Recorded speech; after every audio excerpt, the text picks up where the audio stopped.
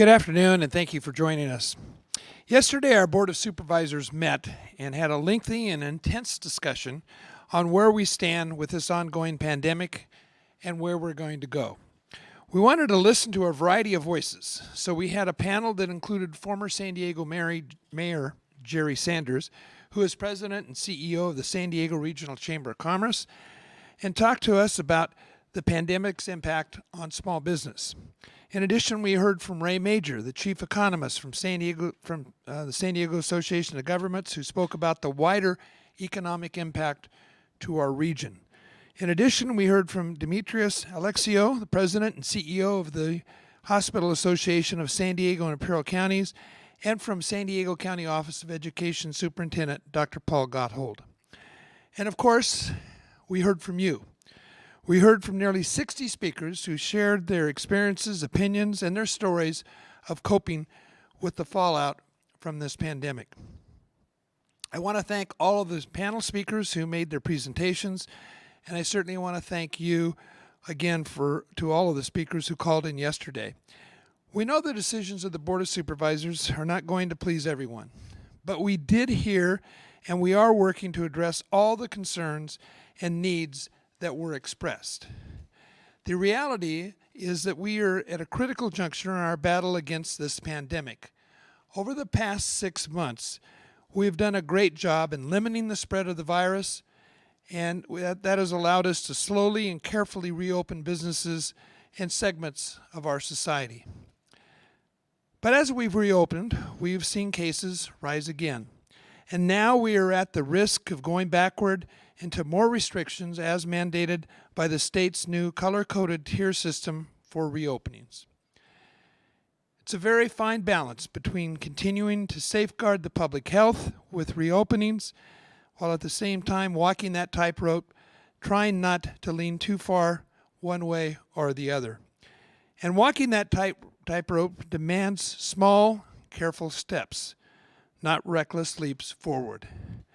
That's why yesterday our Board of Supervisors voted unanimously to approve several recommendations regarding funding for programs aimed at stopping the pandemic, including money for schools and for more testing.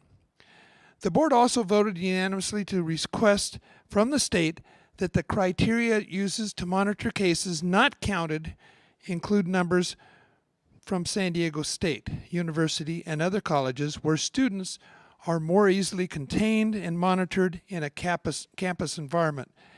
We believe that will make a big difference and give us a fighting chance to avoid further restrictions. Unfortunately, so far, the state is not receptive to our requests, but we're going to continue to push for consideration of reasonable alternatives to prevent our businesses from having to close simply because there are a number of outbreaks that have nothing to do with business operations. As a result, I've scheduled a special closed session tomorrow afternoon to consider our options. There was good news in the middle of these hard discussions yesterday. Our board voted unanimously to approve a series of economic stimulus grants to help small businesses throughout the region that have been harmed by the pandemic. We voted to approve over $14.5 million in grants to more than 2,000 individual businesses. Individually, these investments by the county may seem small, but for businesses struggling to survive, they can make all the difference in the world. With that, we're going to move on with our updates today, and we are joined again by special guests from San Diego State University who will answer questions that may come up about COVID cases and testing at the SDSU campus. The individuals are the same ones we had with us last week. We're honored to have with us Dr. Andrea Dooley, who's the Associate Vice President for Health, Welfare, Being, and Accessibility, and also Dr. Luke Wood, Vice President for Student Affairs and Campus Diversity. And now, please welcome my colleague, Supervisor Nathan Fletcher.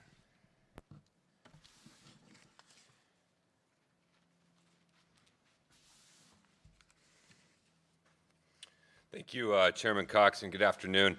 While we have a significant focus on our case count, what tier it puts us in, and what the future may hold, and a robust discussion about the role of San Diego State in those cases, I think it's important for all of us to be reminded that even in the numbers being reported now, 3/4 of the cases are not associated with San Diego State at all, which is a reminder to all of us in the community that the actions we take have a significant impact on our overall case count. It's a reminder to us all the need to continue to utilize face coverings, physical distancing, avoiding large indoor settings, hand washing, all the things that several times we have done to successfully slow the spread and lower our case count. The 1/4 of cases associated with San Diego State, they are going to great lengths to try and contain the spread, limit the spread, and get that under control. And we know as a region that what we have to do, regardless of where we land or what happens, is come together to slow the spread. And so we continue to urge that vigilance, that continued daily action. We've been at this for a while, and it's natural that a fatigue can set in, but coronavirus does not get tired. It does not fatigue. And so we have to continue to summon the daily strength, as difficult as it is, as hard as it is, as challenging as the economic situation is, as challenging as the education situation is, the challenges our healthcare system face. We have to all continue to plow ahead, continue to be vigilant, and continue to work. This will not go away on its own. And so we have to find that same strength that we found early in the year where we came together and saw significant progress at the outset of this. The same spirit we summoned in July when we had a case count that collectively we came together and we brought down significantly. We have to continue to have that same focus and attention as we move through these difficult and challenging times. With that, let's jump into our updates for today. We're going to start with the testing result time. Again, you see significant progress has been made here and continues to be made. It is vitally important we have fast turnaround of our testing results, which is what enables our case investigation and contact tracing systems to be effective. There you see hospitals between 1 and 1.5 days, our public health labs, our county Helix partnership, which is moving at about the same speed as our hospital rates are. The state walk-in testing, that is a significant improvement from where we were several weeks ago. And commercial labs are doing better, still not ideally where we would like them to be, but the bulk of the testing, again, coming in that 1 to 2 day range. If we move to the next chart, you'll now see our seven-day average of test report, 7,838, percentage of positive right there. Total tests reported for our region, 944,469. Those are tests reported to date, so we are closing in on that 1 million mark. Case investigations, really solid, 98%. Case close contacts, 95%, and total case investigations performed there now approaching 50,000, and the treatment numbers on the right. For today's results and numbers, you'll see we're looking at 264 positive tests today. Out of the increased number of testing, 8,644, which puts us at a 3% percentage of positive for today. And then the purple line there, of course, representing our 14-day rolling average, which is now sitting at 4.4%.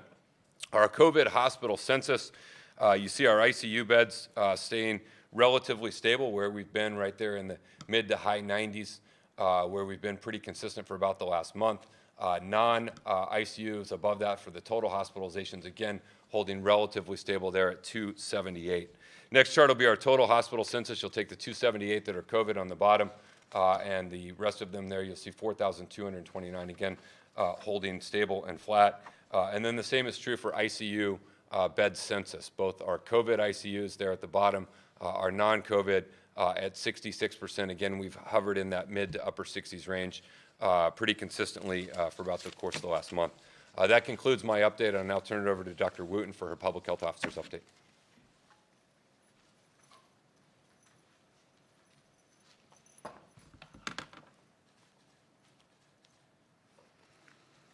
Thank you, Supervisor Fletcher, and welcome everyone to today's briefing.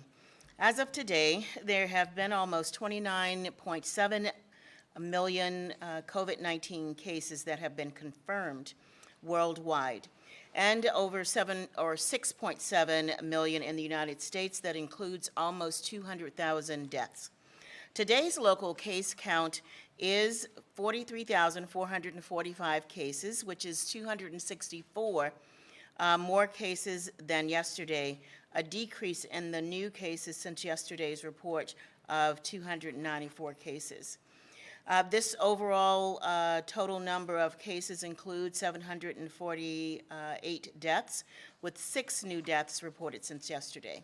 In the next slide, the age range for overall cases remains the same, 3 months of age to 102 years of age. The distribution is at 58% for the age groups 20 to 49 years of age, and the demographics for gender remains the same. 51% of the cases are female and 49% are male. 3,349, or 8% of the cases, have been hospitalized. 787 of those hospitalized have been admitted to the ICU, and the total number of cases includes 748 total deaths, and this represents 1.7% of the total number of cases. In this next slide, this reviews demographics related to hospitalized cases. The majority of the total number of hospitalized cases is 50 years of age and older, and this is represented by 72%, 2,400 of the cases. Males represent the majority of hospitalizations at 1,815, or 54%, and Hispanics or Latinos represent the majority of hospitalizations at 1,935 cases, or 62%.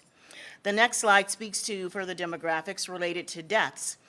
327, or 44% of all deaths were female, 421, or 56% were male.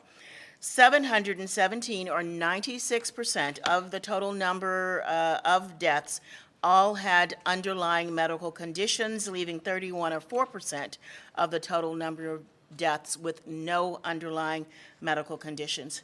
And as always, we want to extend our sincerest sympathies and condolences to the families and friends of those individuals that have lost their lives to COVID-19.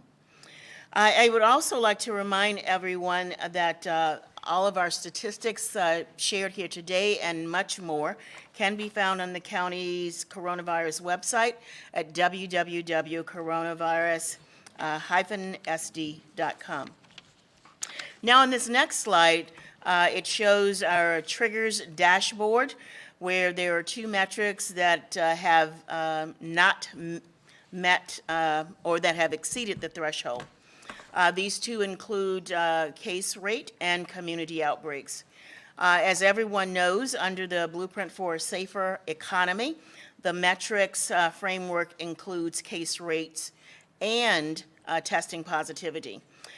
This tier framework lays out the metrics and thresholds that each county in the state of California must meet in order to open more sectors and parts of the economy, and shows tiers based on risk of community disease transmission, if you will go to the next slide, which includes widespread, substantial, moderate, and minimal. As of yesterday, September 15th, while San Diego is still in Tier 2, or the red tier, our unadjusted rate for the 7-day period from Monday, September 7th to Sunday, September 13th is 7.9, and would place the county in the purple tier. Hence, the county has had 1 week of data related to Tier 1. If we continue to have a case rate above 7 for a second week, we do run the risk of moving to Tier 1 or the purple tier. The next scheduled state assessment to reveal the metrics numbers for all of the counties in California will be next Tuesday, September 22nd. And for more information related to the Blueprint for a Safer Economy, please visit covid19.ca.gov. Now, the other abnormal trigger metric for San Diego is community settings outbreaks. And if you will go to thank you. This slide shows all 281 active and inactive community setting outbreaks since March 25th by month, which accounts for 2,049 or 5% of the total COVID-19 cases. Keep in mind that currently only 72 of the 281 community outbreaks are still active. In the next slide, as you can see, the outbreak trends the outbreak trend shows increase of outbreaks beginning. You can go back one. Thank you. Beginning in July. Note that July has the largest number of outbreaks at 93, representing 549 cases. August, 85 outbreaks, representing 505 cases. And for the month of September, it is just ahead of what we saw for the month of June, with 42 outbreaks and 300 cases. Now in the next slide, this shows all 281 outbreaks since March 25th, and the top 3 settings of all of the 281 community outbreaks includes 67 outbreaks in restaurants/bars, plus 21 in restaurants only, for a total of 88 outbreaks, and then 80 in various businesses on the far left of the slide, and then in the middle, 22 in healthcare settings. And today, in the next slide, we are reporting 17 total community outbreaks for the past 7 days, September 9th to September 15th, which represents 103 cases.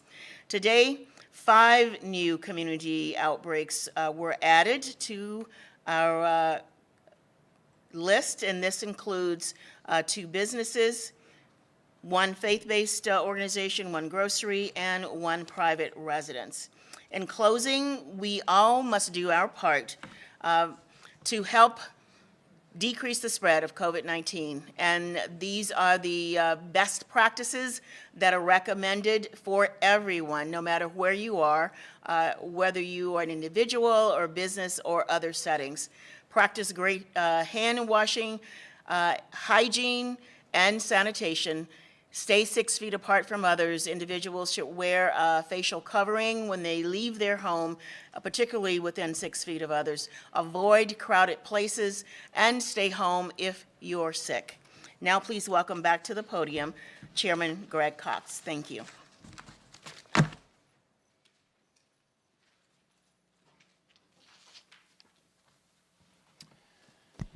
Thank you, Dr. Wooten. We'll go directly to the questions.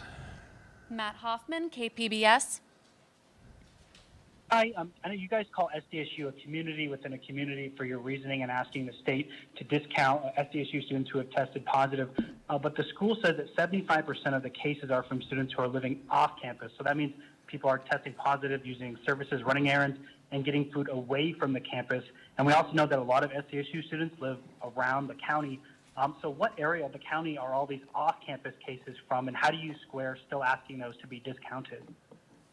Well, I think the answer is the cases that aren't confined to SDSU are throughout the county of San Diego. But we have prepared a letter that I'm signing this afternoon to the governor, asking them to seriously consider discounting or not including the approximately 700 cases that we have right now from SDSU students. Of those 700 students, I think there's only been 1 that has been hospitalized, and that was only for a brief period of time and has been released. But maybe I could ask Dr. McDonald if he would like to come up and really focus on that as a very unique situation that should not be entered into the overall total numbers.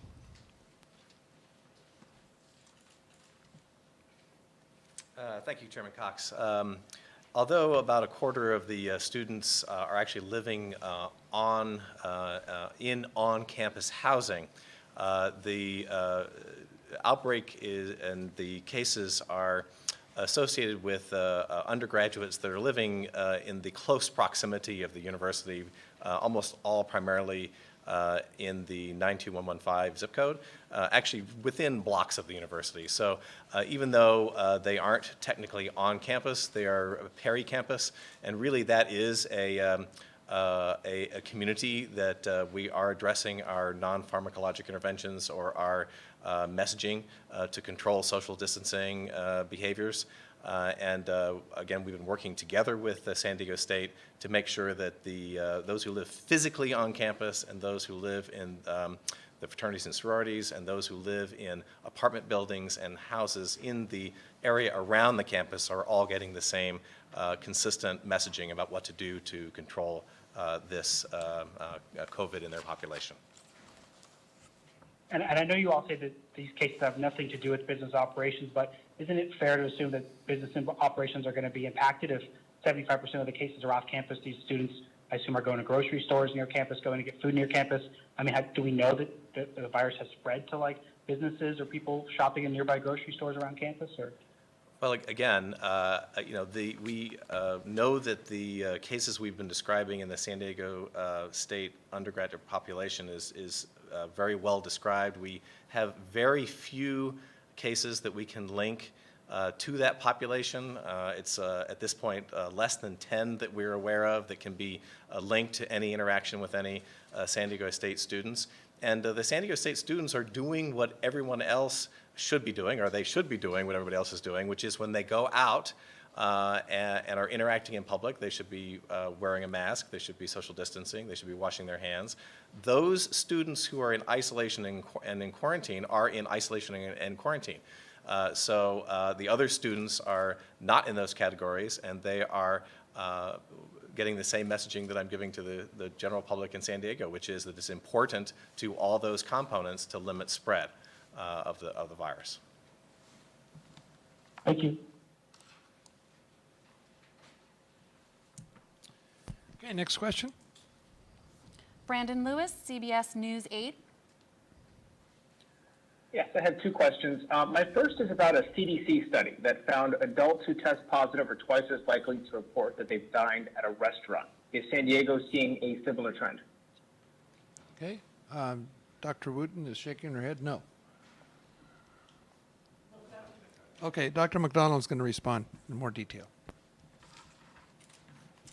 Yeah, I can address that question. I've seen that same CDC study, and again, I think it's important to remember that correlation is not causation. That is, the measurement of people who are going out to dinner at restaurants might mean that they're doing other things that aren't being measured, and I think that that's commented upon in the CDC study. Those, again, who might be more socially active in one way might be socially active in another way. We have not done that kind of study here in San Diego, but it stands to reason that there may be people who are interacting more socially, and it's important that they follow the guidance that our public health officer has given, which is wearing a mask, socially distancing, and washing hands. And then when you do go out to restaurants, and I have gone out to restaurants in my neighborhood, take the precautions that the owners of the restaurant are providing when they are having you dine in their facility, and that you, as a responsible diner there, are in fact wearing your mask when you should, and following the protocols that have been laid out. So again, we have not specifically replicated that study here, but again, it stands to reason that anyone who's going out in public should be taking the precautions that we've been encouraging.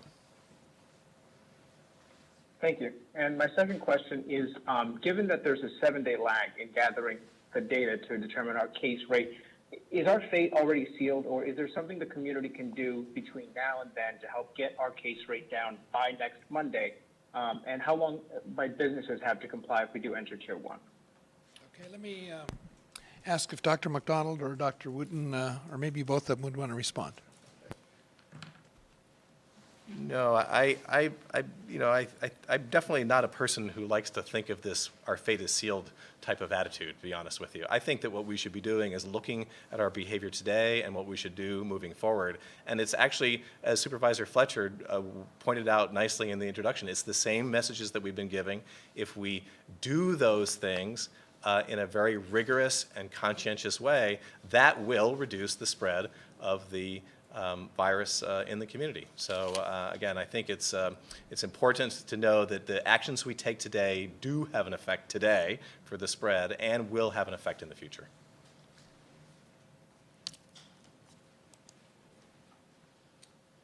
Okay, we'll go to the next question. Andrea Lopez Villafaña, San Diego Union Tribune. Hi, Hi, good afternoon. I have two questions. The first one, you just mentioned the cases in off-campus housing, and just wondering how the university is keeping residents informed about COVID cases among the student population on and off campus. Okay, as I mentioned, we do have a couple of representatives from San Diego State College that are here. I'm going to call up Dr. Andrea Dooley, who's the Associate Vice President for Health, Wellbeing, and Accessibility, to respond to that question.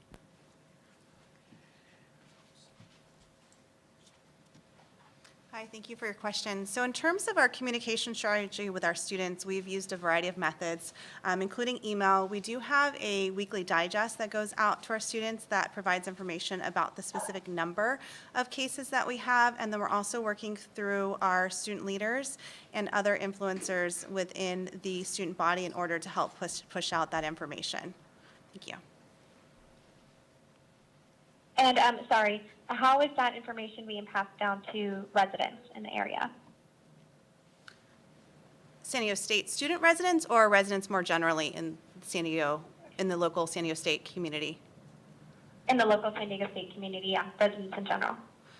Yeah, so we have a website which indicates our numbers related to our cases. We have a communication protocol for our cases as it relates to our student counts or any counts affiliated with San Diego State. That weekly digest I mentioned, if you go onto the San Diego State COVID website, any member of the community or anywhere else can sign up for that digest so that they can get information that way as well. It provides a lot of information in addition to our counts, and then we've been working collaboratively with the county to report our numbers as well. Thank you. And last, Sorry, I had one other thing just to add. We do partner closely through our government and community relations to work with the local community council as well. okay. And I actually spoke with someone from the community council, and they mentioned that there's a website where residents can report off-campus parties. Can you tell me how many reports the university has received since it allowed students back, and if there's some kind of discipline or follow-up that happens with those reports? Yeah, I'm going to let our Dr. Luke Wood come up and answer the latter part of your question. But again, our main source for information at the university is our SDSU COVID website. And on there is a number of reporting forms. One of them is if any of our community members have been exposed or test positive. But another one of those reports is where community members, whether they're students, faculty, staff, other folks, can report those directly to the university as well. And I can just respond to the total number of reports. So we have reports that come in from various places, but members from the local community. And then we vet those reports to determine which ones are accurate violations versus which ones might be misunderstandings. And we have about 70 reports that we have followed up on based upon that process. So as Andrea already mentioned, we work very closely with the community through our government relations person, Rachel Gregg. She's been fielding phone calls from members of the community, and then we respond to those, and then we do the follow-up that we've talked about previously. Thank you.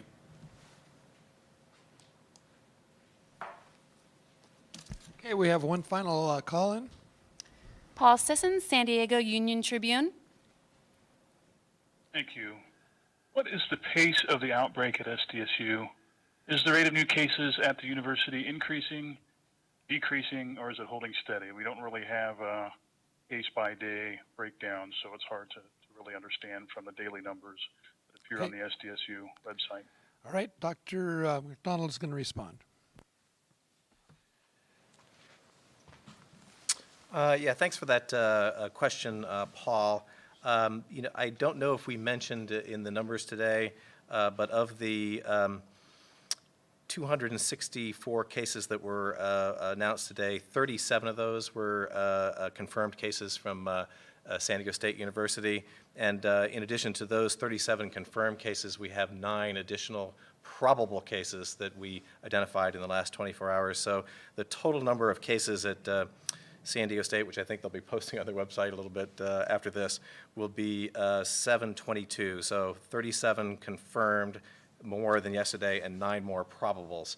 I would say that when we're looking at the illness onsets of the students that we're seeing from San Diego State, we are seeing fewer in the last week compared to the first week of September. We are doing some more extensive testing with our colleagues at San Diego State, doing testing of students that live on campus and also encouraging those who are off campus to continue to get tested. We expect to find some more milder cases in that group, but certainly anecdotally the number of students that are coming in with acute illness is been recently decreasing. Doctor, to follow up, how many of the SDSU students have been that have tested positive have been asymptomatic so far, and what role do you think asymptomatic carriers are playing in this outbreak? That's a great question. The second part first, I don't know exactly. As is true with other outbreaks in this type of population, we expect that asymptomatic transmission is probably contributing somewhat. The last time I looked at this was was last week, and about 11% of the students were individuals who reported no symptoms. That is, so 89% actually had symptoms. We would expect, as some time goes by, to pick up a few less symptomatic patients, but exactly how many, it's hard to say. We know from similarly aged groups of individuals, notably outbreaks that the Navy has seen, for example, that they have found a fairly substantial number of asymptomatic cases. Whether that's contributing to the outbreak or not, or whether those, again, are incidentally found when you have a wider net to catch patients or individuals by testing them, it's unclear, but we're doing as much as we can to be sure that we know who does and does not have SARS-CoV-2 in this patient population. Doctor, I want to go back to a statement you had a little earlier in terms of the number of cases detected that have, I guess you could say, spilled over from the SDSU student outbreak into the general community. I think you said less than 10, is that correct? That's correct. We are aware of at least 3 county residents who have direct connections with either individuals or residences associated with San Diego State that are not San Diego State students, also not faculty or staff at San Diego State who are epidemiologically linked to students. So I would say that those are ones that we know about. And then we are aware of at least 4 cases of a non-county residents, that is individuals who don't live in our county who have connections with San Diego State students in the same manner. So if you add that up, it's less than 10. I was looking at that specifically yesterday, and that was accurate as of about 6 o'clock yesterday. And then one final question. Does the county have any ability to order universities to shut down if outbreaks don't get under control?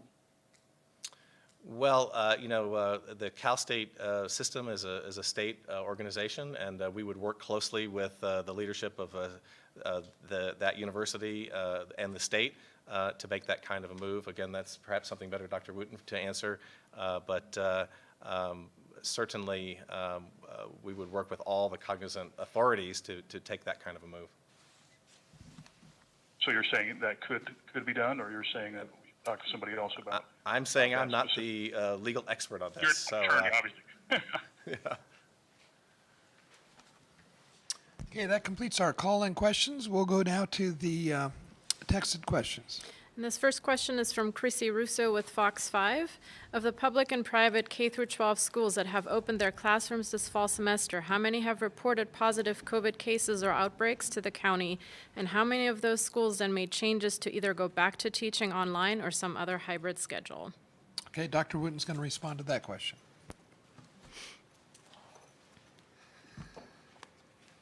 Thank you for that question. So to date, we are not aware of any outbreaks in any of the K through 12 schools. Hence, none of those schools would be required to close as a result. COVID-19 is widespread throughout the county, throughout the state. Single individuals can become infected, and some of those individuals might be staff at schools. But as stated earlier, just as we've done with those that have been diagnosed and positive at SDSU and across the county, when people are positive, they are isolated and their close contacts are quarantined.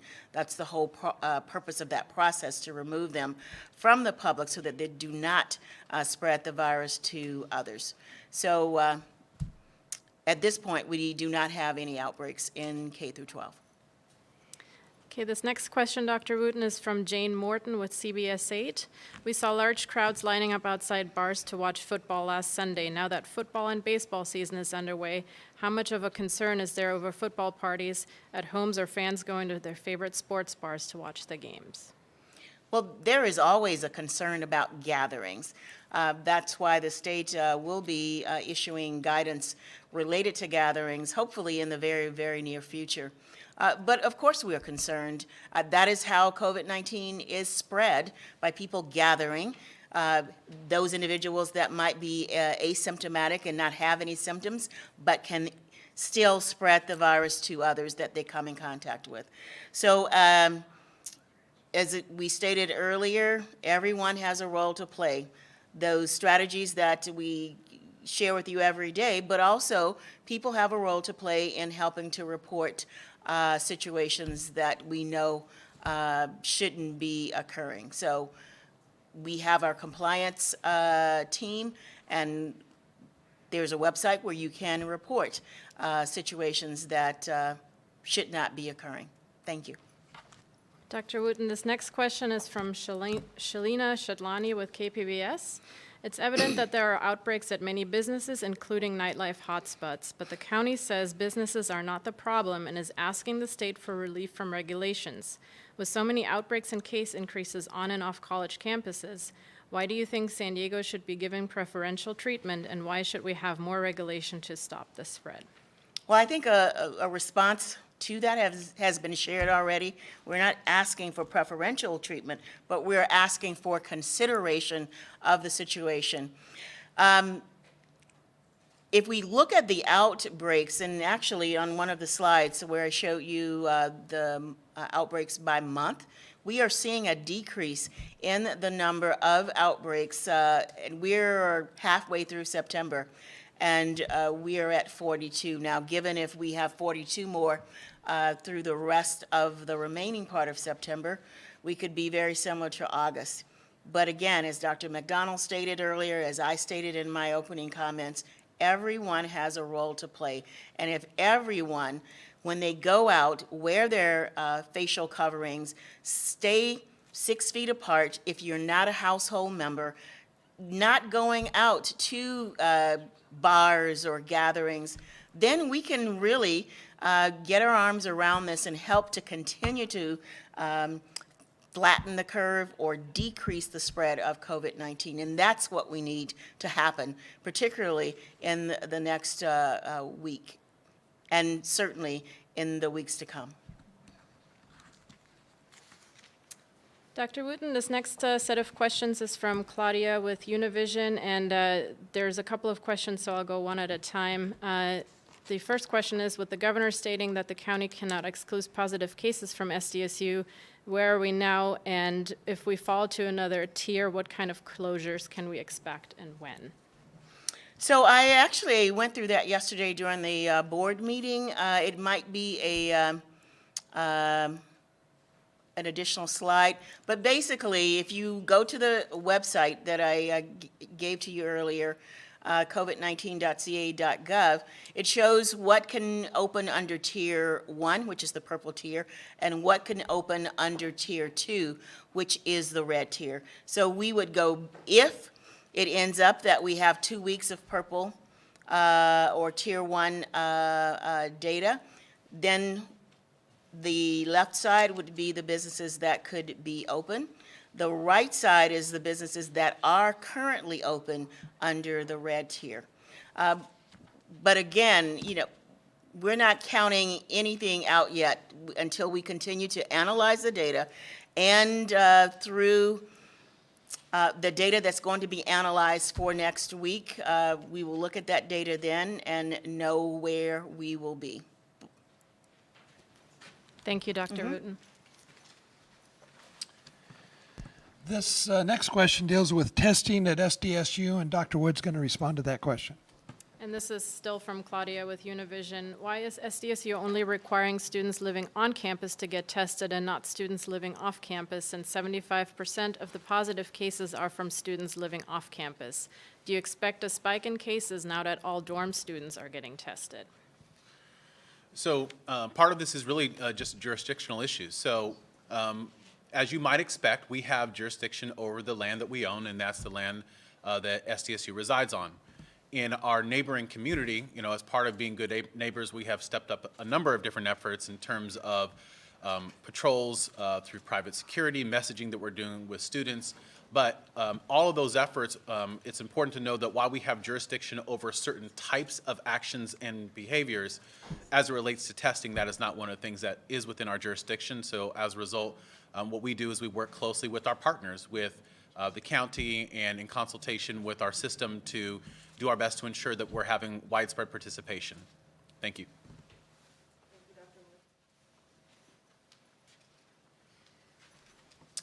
This next question deals with the number of outbreaks, and I'm going to ask Dr. McDonald if he will come up and respond.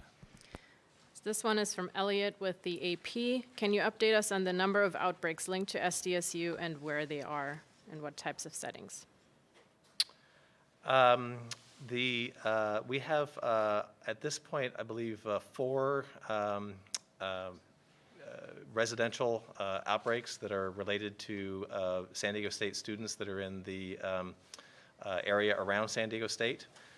We are treating each one of those as specifically as a specific outbreak because we're working with the individuals that live in those residences and the management in those